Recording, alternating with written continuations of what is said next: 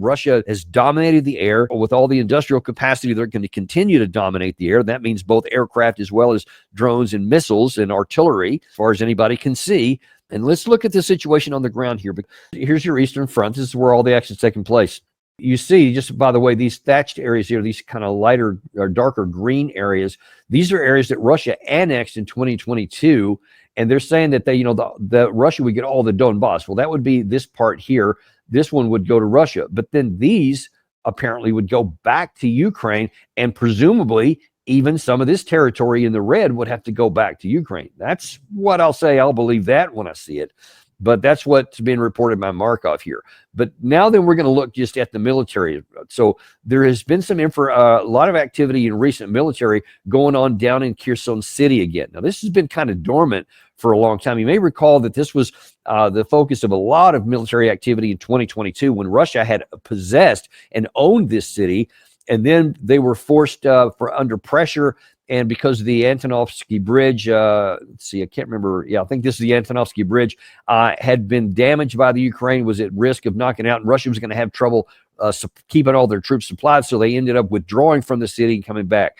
And it's been kind of, really hasn't been much at all played since. But now then, in this southern part here, this is actually, because you see there's a river here and there's a river here, and then water all around here. This is effectively an island. And there is one main bridge that crosses it right here. Russia has been attacking this area, significant escalation here in just the last number of days. They've been hitting this bridge. It's been damaged, hasn't been knocked out yet, but there is a lot of reports because there has been some media reports that there has been a large number of Russian boats been moving in this direction, like they're going to consider making an amphibious assault across the river into this. If the Russians can get this part isolated here, then they may be able to assault the river and start to peel away Kherson City. So that is by itself a new development in the south, and most everything else has been going on up in the north of this. And so let's go up into the Pokrovsk area, because that's the one we've been paying the most attention to of late. And there's good reason to do that too. Gary, if you can put that full screen up that I had on the Pokrovsk area. This is a close-up, and I'm going to show you on the map more detail here in a second. So now, when I zero in on the city of Pokrovsk itself, you see just in the last 12 hours, there has been another pretty significant escalation by the Russian side in the heart of the city. So they're spreading out there. And then they're also making more progress in the southern part. This is now the gray zone has moved closer into the city in the south here.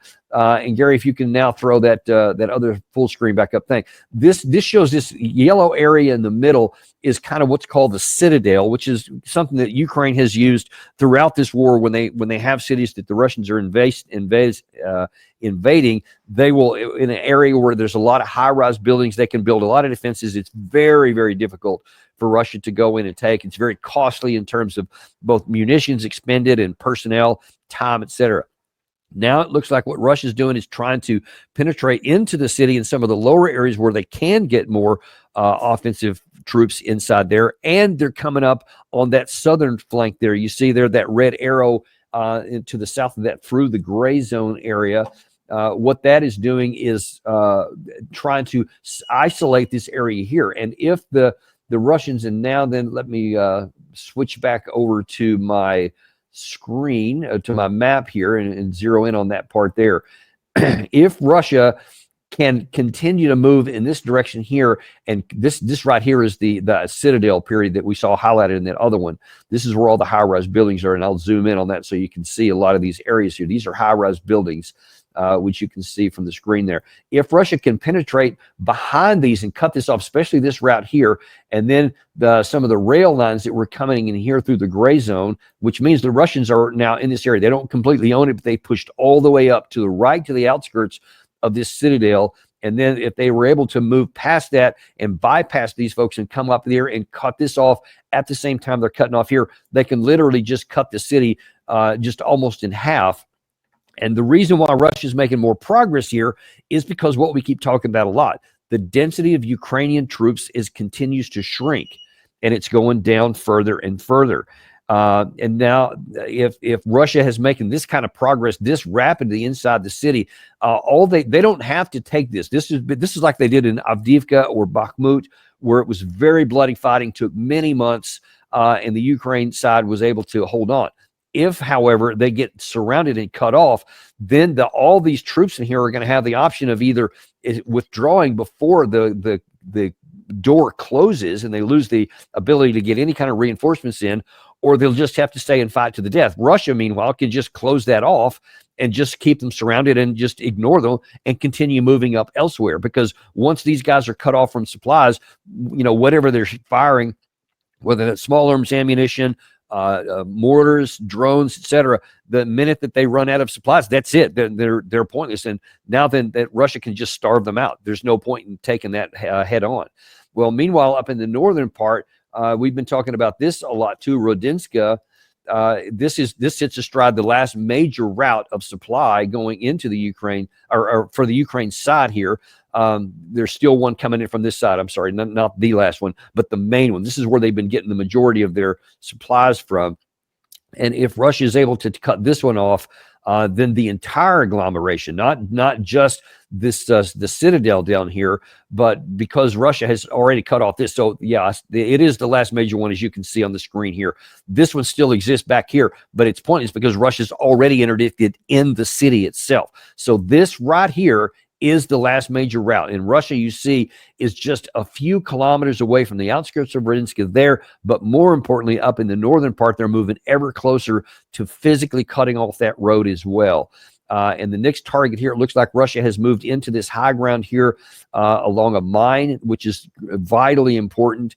And the next target would likely be an additional mining facility that has the ability, where apparently the Ukrainian side has built a stronghold in this area here. If Russia moves through that, then it's just a matter of time before they move through these low-rise buildings and take possession of the road, or they may cut it off up here. In either way, it looks like Pokrovsk is getting closer and closer to being taken out. And there's been additional movements on the Kubian, on the Kostiantynivka front. We've talked about additional Russian forces moving in here, and then also moving beyond the Chasiv Yar after they took that a week or so ago. Then we shift up north into the Kubiansk area, and you see that even that area has been continues. Russia is surrounding the city. They're already in some of the outskirts of the city up in this area here. And, this has been something Russia's been going after for quite a long time. And they have the city in a semi-cauldron already. And these are all the gray zones where the fighting is continuing to escalate inside there. And it's pinning down the Ukraine forces. So that's the main area there. Then there hasn't been anything new in this part of the Kharkiv area. There continues to be clashes, but no actual movements in this area or even up in the Sumy. The Ukraine side had made some tactical gains up in the left-hand side of this, and they took some of these small villages here, but they've not been able to do anything with it. And the Russians haven't done anything further with their incursion that they made as well. So the whole thing is kind of in a static level of constant back and forth fighting in those areas, but Russia is moving ahead where they clearly have put their priority of effort. Now, let me zoom back out a little bit and show you the next concern that there is, and this is from the Ukraine side here. This is Belarus. And you may recall that in the initial invasion, some of the Russian troops entered into Ukraine from the Belarusian territory. That has not been used since the war started. We showed you there was a meeting between Belarusian President Lukashenko and Putin last week.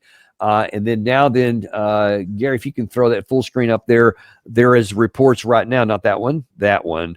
Russian troops are starting to arrive into Belarus in large numbers for the massive Zaped 2025 drills. The Zaped 2025 is exactly what was allegedly going on in 2022 when Russia used a lot of troops and boasted them on the northern border there in Belarus, and then ended up using that as part of their invasion force. These drills, according to this article, expected to be held in mid-September, are among the largest in the Russian-Belarus military calendar. While the Belarusian Defense Ministry claimed there's only 13,000 participants, NATO estimates suggest that the drills may involve as many as 150,000 troops. Now, running back to my screen here. When I go back to the map here, let me show you why that's significant. Because that this area right here, there's not the Ukraine side has border forces, but because there hasn't been any incursion here or fighting since the war broke out, there's not a lot of combat forces up here. And you see Kiev is very, very vulnerable and isolated should there be a massive. As a means of comparison, there's allegedly, according to NATO sources, around 150,000 troops up in this area here. The actual invasion took in 2022 over 4 different routes of invasion was less than 100,000. So there's 1.5 times that just in this area alone, while there's still reportedly 600,000 Russians down here. In the event that Russia were to make an incursion again and to re-penetrate in from the north in here, Ukraine would be forced to either withdraw troops from here, from the Kupiansk area, the Zaporizhia area, the Kherson area, or of course the Pokrovsk area. And if they pulled troops away from any of these places to try and defend the capital, which would be their most vulnerable target, then the amount of forces Russia has down here would certainly be able to take advantage of that, and the whole thing could literally collapse. So this could be a momentous situation here. So on the one hand, you look at all that and you say, okay, well, listen, Russia is in a great position militarily to really bring this thing to a conclusion. Many have said from the reports that were leaked from the Russian ministry saying that they thought that the Ukraine side might only have 3 to 4 months of viability left in it. We've been talking about that's obviously the opinion of quite a few people, not just the Russians. And there's a lot of practical reasons for it. We see the reason why the Ukraine side is losing in Pokrovsk right now after holding it for so long, because they just don't have enough troops. Julian Rupka has talked about that. We've shown some clips of that on our show in the recent months or so. So all of this looks like Russia is moving forward, but now all of a sudden we see from Russian sources that Putin may be considering some pretty major concessions to get some peace. So this may not be just another eye-rolling movement here. Perhaps there's something can actually come from this. We'll have to wait and see, because Russia has always said unless the root causes are addressed, they're not going to continue fighting. And that is no NATO, so they can't have any kind of military alliances, demilitarization, denazification, and the Russian population inside of Ukraine, wherever that line would be, would have to have some changes in the Ukrainian constitution in order to provide for their protection. They say those are the causes, and they're not going to end fighting without it. At least what Markov was talking about would leave whole categories of that unaddressed. So we'll see what's going on there, because if that is true, then that would indicate that Russia is not anywhere near as strong as what has been proclaimed and what we've been talking about, what we've been able to see, and certainly what we witnessed on the ground. Or this is just some kind of reporting that's not true, and Russia is still on its position. Everything is going to happen here. Like I say, I'll believe all of that when I see it, because the evidence, and this is what I always go back to, it's the only thing we have, is to go by the evidence that the Russian side has the power to make good on all these threats, no matter how long it takes. You had the U.S. side, the NATO side itself, say that we believe that the Russians could continue to maintain at the current rates, both manpower and ammunition, defense industrial base, etc., through the year 2027. That's our assessment. Not anybody else's, not the Ukraine side, not the Russian side. That's the American side saying that, along with NATO forces. So maybe there's some big grand bargain diplomatic in the background. I don't know what's going on, but I can tell you anything that actually ends this war would get my firm endorsement and support. I always, from the beginning of this, want to see the killing of the Ukrainian side stop, and we have carried on far too long without any prospect of winning militarily, and we have seen it play out exactly that way.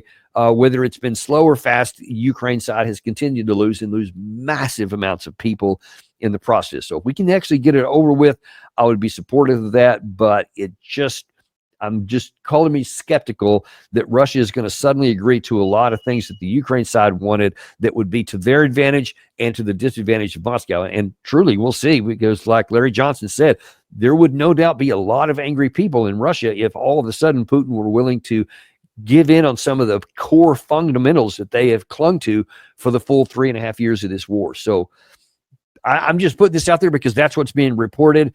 But like everything, it's going to matter what actually happens on the ground. That means both the diplomatic ground as well as the military ground, and they got to both be in concert, because if there's discontinuity between anything, it's always going to be what's real on the ground. And what's real on the ground is what I just showed you.